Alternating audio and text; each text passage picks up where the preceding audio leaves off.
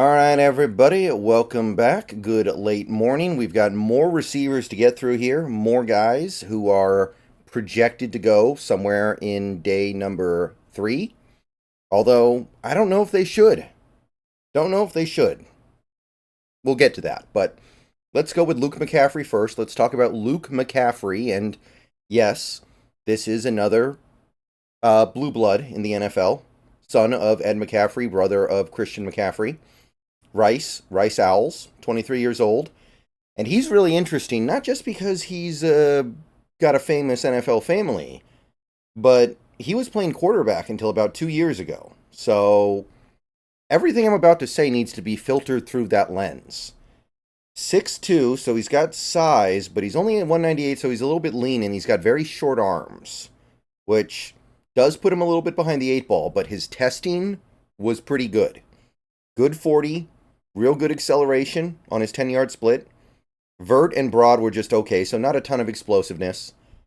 Great 3-cone, excellent 20-yard shuttle, so his change of direction skills are on point. So he brings plus athleticism to the table overall. Big boards all over the place. 4th round, 5th round, 7th round, 6th round. The aggregate currently has him going in the early 5th. So that is kind of our baseline here. Let's take a look at what he's done the last couple years for Rice. Last year, 71 catches, almost 1,000 yards, 13 touchdowns. Only 3 drops, so good hands. Year before that, not quite so good, but still productive. Over 700 yards, 6 touchdowns, 5 drops.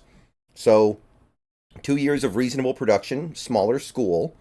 But the interesting thing here is how much better is he going to get now that he's getting used to the position? That's the question here. That's what needs to be understood. His rich NFL bloodlines are going to help. I can't imagine they don't. He's got really good hands. 8 drops over the last 2 years on, 130 catches. That's a really solid drop rate, especially for a day 3 guy. He's developing his route running abilities. He's becoming a really good route runner. He's improved a lot last year.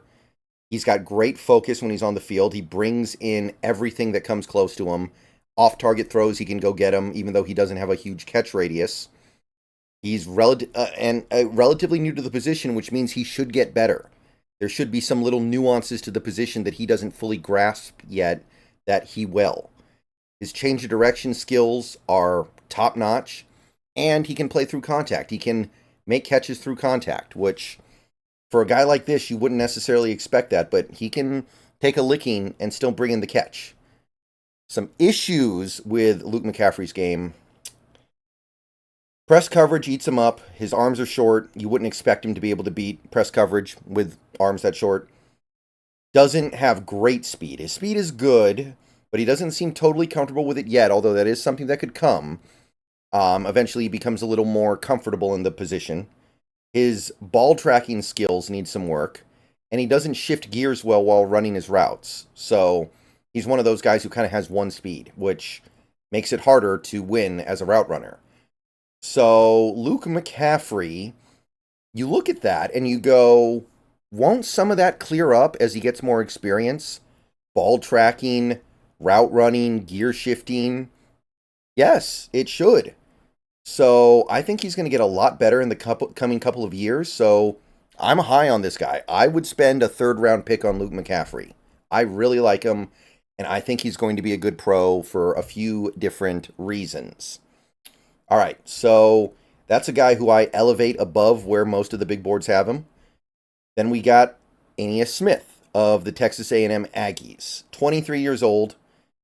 This is a smaller guy, 5'9", 29-inch arms, 190 pounds, so he's small. He's a slot guy.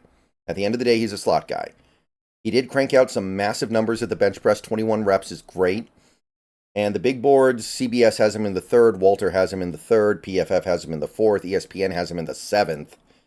So, a little bit of all over the placeness. Aggregate puts him in the 5th. He has 1 year of significant production. 800 yards, 2 touchdowns, 53 catches, 1 drop. Pretty good. So, what does Ainias Smith bring to the table? Great yards after the catch.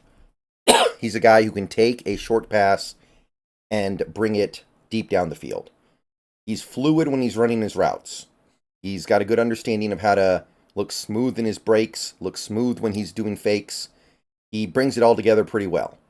He's got upside as a punt returner as well. He should be a good punt returner at the NFL level. Contact is something that he knows how to play through. He can take contact and continue to work, continue to make catches, continue to make his way down the field. And he's got the little tricks in his bag to build separation as a receiver from defensive backs. He's pretty good at being able to fake the guy with just a little shoulder shake or a hip shake, or just the little tricks that you develop over time playing the position.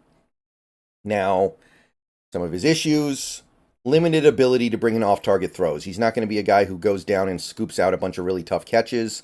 He's not going to be a guy who has some massive catch radius where you can just throw the ball in his area and he'll go get it. He's somebody who needs an on-target throw. He's just small and he has, well, really short arms. He does kind of play like a running back at times, and while that's good in some contexts, it does mean that he does some dancing in the open field. And sometimes you just need to go, especially as a receiver and as a punt returner too. He tries to go for the big play a lot, and it pays off sometimes, but a lot of the time it doesn't. So there is a little bit of dancing in his game. Hawks Nest compared him a little bit to Golden Tate, and there's a little bit of a quality comp there. And the real hang-up with Ainias Smith is that in 2022, he was on his way to a breakout, and then he fractured his leg. And he came back in 2023 and played well and looked good, but he didn't separate the way that he was in 2022 when he started to break out. So there's a little bit of a concern there with Ainias Smith that he might be missing something in his bag of tricks that he had in 2022. Even though he was good, he wasn't quite as explosive. So if he's going to come back to the full repertoire of his physical abilities in 2024, then I really like him. If not, I mean, I still like him, but it's different, right? He's a pure slot receiver. I like his yak. I like his routes. I like his toughness. But if he can't make it all the way back from the fractured leg, that just changes things. He doesn't have the same ability to separate. So medicals are clean. I put him in the late third. If the medicals are clean, I take him in the late third round. If not, then I'm pushing him down to like the fifth, I think. And if it's a question mark, I guess you split the difference. But if he doesn't have the ability to separate the way he was showing in 2022, then you can find guys like this all over the place, and there's no need to spend a high pick on him. All right, so that's Ainias Smith. I got one more guy for this video, Cornelius Johnson of the Michigan Wolverines. Couldn't find his age. He's a bigger guy, 6'3", 212 pounds, decent arm length, almost 32 inches, small hands. Ran a good 40. Decent 10-yard split, average.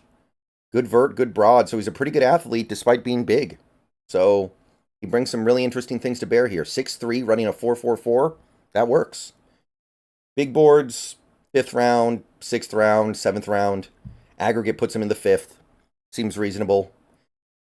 Decent production the last 2 years, about 1,100 yards on something like 80 catches, 7 touchdowns, 8 drops.